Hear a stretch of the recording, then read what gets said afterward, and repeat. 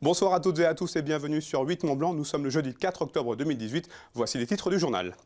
Nous irons à Haute-Maurienne, à Bramant précisément, pour découvrir un chantier d'exception. Jusqu'au 12 octobre, RTE, le réseau de transport d'électricité, travaille sur la maintenance d'une ligne d'interconnexion entre la France et l'Italie. Kimberly Trevio s'est rendu sur place. Et puis la sécheresse est toujours au cœur de l'actualité, avec des conséquences de plus en plus néfastes pour la biodiversité en Savoie. En effet, plusieurs bassins versants savoyards sont passés en phase d'alerte renforcée, véritable seuil critique.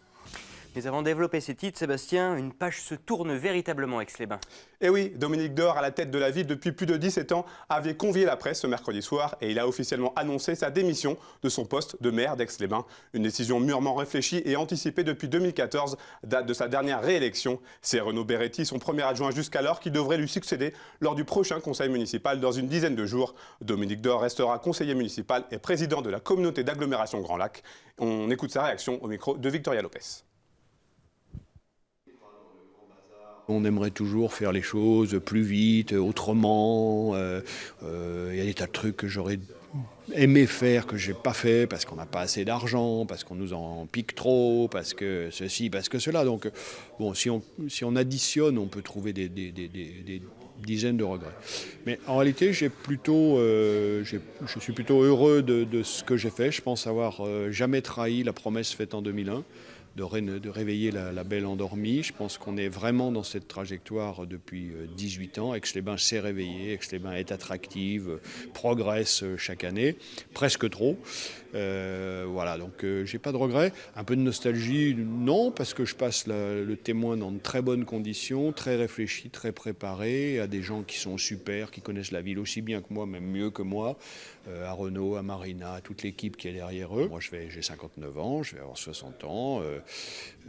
J'ai plein d'autres choses à faire dans la vie privée, dans ma vie familiale.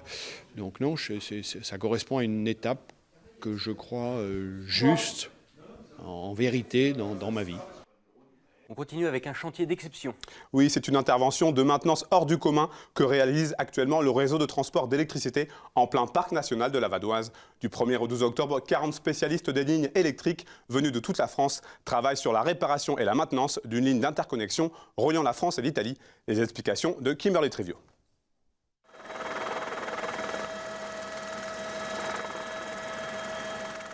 De 1900 à 2800 mètres d'altitude, 5 équipes de techniciens de réseau de transport d'électricité vont se répartir dans le parc naturel régional de la Vanoise pour réaliser des réparations d'une ligne d'interconnexion stratégique reliant la France et l'Italie.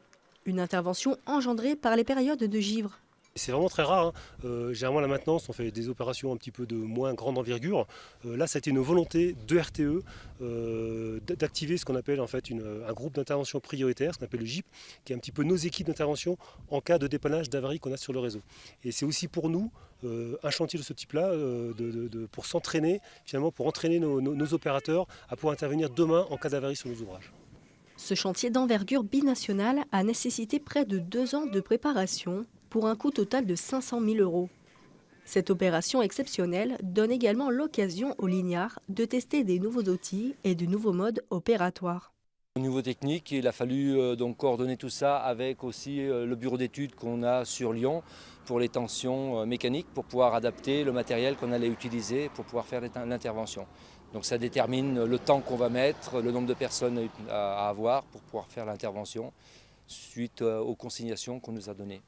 Le réseau de transport d'électricité prévoit de réaliser d'autres chantiers de modernisation du réseau existant. Le but principal, garantir une sécurité maximale et le respect de l'environnement. On reste en montagne avec ces images de la levée de la gare d'arrivée du nouveau télésiège Pierre-Longue à Châtel. Des travaux démarrés au mois d'août dernier qui ont pour but de remplacer l'ancien télésiège par un appareil dernière génération fabriqué par le groupe Poma. Plusieurs entreprises locales participent à cet important chantier qui devrait s'achever début décembre. On écoute quelques réactions recueillies sur place par Pierre Boucaud et Tancred Brérard. Pour remplacer une installation qui datait de 98, un appareil encore jeune dans un parc de remontée mécanique qui avait tout juste 20 ans. Le souci, entre guillemets, c'est qu'il tournait à la fois en hiver et en été, donc un appareil fatigué. On a choisi de le remplacer par un appareil qui apportera beaucoup plus de confort et de débit à nos clients pour accéder ici à 1635 mètres d'altitude. Oui, le modèle économique veut qu'aujourd'hui, on reste un peu avant-gardiste sur à la fois le confort et l'acheminement de nos clients sur le domaine skiable. On a l'habitude de dire que les clients viennent pas pour monter, mais plutôt pour descendre. Mais nous, on considère que la montée est importante. Il faut qu'ils soient transportés dans des temps raisonnables, avec un confort absolu. Et puis après, on leur offre un nouveau confort pour la descente sur les pistes. Nous sommes en train de poser la gare motrice de ce nouvel appareil de pierre longue. Et on le fait avec une construction, une éco-conception assez innovante, puisque nous levons la gare de façon préassemblée, puisqu'on a fait appel à un pool de partenaires de la région Rhône-Alpes, essentiellement, mais aussi et essentiellement de la région et de la vallée d'Abondance. Et donc on peut voir ici, bien sûr, les entreprises. L'entreprise majeure, par exemple, sur le montage des gares, c'est l'entreprise Mouton. Gilles Mouton, avec qui on travaille de partout dans les Alpes, qui est un gros partenaire de Poma et qui est à la Chapelle d'Abondance. On reparle encore et toujours de la sécheresse. Et oui, car si la baisse du niveau des cours d'eau et des lacs de Savoie est moins impressionnante que celle du lac d'Annecy, la sécheresse actuelle continue de poser de sérieux problèmes. Plusieurs versants savoyards sont en effet passés en phase d'alerte renforcée, un seuil critique qui menace aujourd'hui toute la biodiversité de nos milieux aquatiques ainsi que certaines zones humides dans leur globalité. C'est un reportage signé Emmanuel Jaude. La sécheresse, un problème global qui a des répercussions sur tous les écosystèmes, à commencer bien évidemment par les milieux aquatiques et cours d'eau. Un risque réel pour toute la biodiversité des bords du lac du Bourget ainsi que pour ses bassins versants. Il est important sur tout ce qui est vie biologique et vie aquatique. Notamment, nous on a signalé dans les Bauges des petits ruisseaux qu'on avait restaurés et sur lesquels on a constaté des fortes mortalités de poissons. Donc on a appelé les associations, les fédérations de pêcheurs. Donc la vie aquatique et notamment les poissons souffrent.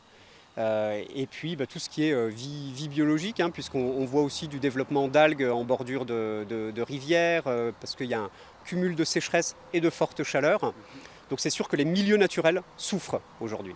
Si le niveau du lac Savoyard n'a pas autant baissé que son voisin annécien, c'est car il est alimenté par le Rhône, dont les eaux sont issues de la fonte des glaciers. Pourtant, aujourd'hui, l'urgence est bien réelle. Plusieurs opérations de pêche de sauvegarde ont d'ailleurs été lancées pour déplacer les poissons des rivières et les entreposer en sûreté pendant la sécheresse. On est au bord de la crise, tout simplement. On est sur des débits, là, sur la Lesse, sur des débits inférieurs à 0,5 m3/s. Alors que le débit moyen dans l'année, c'est 6,5 m3/s. Donc on est sur des débits très très faibles. Il n'y a quasiment plus d'alimentation en eau, alors qu'on est sur un bassin versant de plus de 250 km². Reste encore la problématique des zones humides, véritables biotopes protégés, même pendant ces périodes sèches, mais dont la sauvegarde passe aujourd'hui tout d'abord par une prise de conscience générale de l'importance de ces milieux si particuliers. On ne s'en lasse pas, mais c'est déjà la fin de notre série de la semaine. Oui, depuis mardi, François Pirot s'intéresse à l'univers des drones et pour le troisième et dernier épisode, focus sur les nouvelles applications pratiques d'importance que permettent ces appareils volants. Il faut savoir que les organismes de secours intègrent de plus en plus la technologie dans leur processus de travail. François Pirot a suivi des équipes de sauvetage réunies pour des manœuvres autour d'un plan Novi, le plan d'urgence destiné à secourir un nombre important de victimes. On regarde donc ce reportage. Coucher de soleil sur le Mont Granier. Un hélicoptère et ses 4 passagers ne répondent plus aux appels de la tour de contrôle. Des habitants de Chapareillan ont signalé un bruit considérable à proximité d'une ligne haute tension. C'est le scénario de départ de la manœuvre interassociation réunissant les organismes de secours INAS, Quad 18, GIS et EDA. L'urgence, localiser et secourir les victimes. Le commandant des opérations réunit les chefs d'équipe au PC sécurité. Donc l'idée, c'est, toi avec ton équipe drone, c'est de localiser l'emplacement du crash d'hélico. Après, acheminement des équipes, on verra. Soit on peut le faire par la route, soit on passe par les quads. Après, prise en charge classique. Ouais, j'ai les coordonnées du pylône, donc on va vite lever le doute. Ok. Qu'est-ce que tu peux faire, toi, avec tes drones là ? Concrètement, je vais faire un repérage visuel avec un zoom optique. Commencer à repérer la zone au niveau du pylône. Et suite au moment où je serai mis à disposition sur le terrain, je verrai s'il est nécessaire ou pas de faire une carto selon l'écartement entre les deux pylônes. Je suis un droniste convaincu depuis que je l'ai utilisé sur le terrain. Je ne l'étais pas avant, très sincèrement. Et depuis qu'on l'a utilisé, sincèrement, maintenant, les drones auront leur place au sein des groupes d'intervention du GIS. En quelques minutes, les premiers vols de drones effectuent le quadrillage du site. Ils vont déterminer le lieu d'impact et relever ses points GPS. J'ai un visuel, les gars, j'ai un visuel. Là, tu zoomes depuis ton drone. Ouais, zoom optique. Ok. Vu. Victime localisée. Putain, c'est super bien localisé. 2 personnes. 3 personnes localisées. C'est à 206 mètres de notre point d'ici. Je crois qu'il y en a une autre. Oui, 4 On est à personnes localisées. Les quads peuvent se mettre à l'action pour porter les premiers secours et l'équipe médicale est en route. Dans cette configuration à la géographie compliquée, une fois sur place, une équipe cynophile met en moyenne 2 heures. Les drones ont mis moins de 15 minutes. Pour la première victime, vous la prendrez en charge. Sur la deuxième noria, vous aurez des secouristes. La dame et le monsieur, on met une personne à côté parce que... Aujourd'hui, le drone est utilisé pour du repérage puisque ça a permis de localiser des victimes rapidement, mais aussi de les reporter avec des coordonnées géographiques sur une carte IGN et de permettre de localiser précisément l'emplacement d'une victime. L'avantage aujourd'hui, c'est qu'on est plusieurs équipes avec des compétences différentes. Et c'est en réunissant ces compétences-là qu'on est beaucoup plus efficient. Je dis toujours que tout seul, on va plus vite, mais à plusieurs, on va beaucoup plus loin. C'est la fin de ce journal. Merci à vous pour votre fidélité et information sur 8 Mont Blanc. Manu, je te laisse conclure l'émission. Vendredi, on se retrouve pour un journal un petit peu spécial présenté depuis la terrasse de l'Impérial pour le Hi-Fi Festival. Au revoir.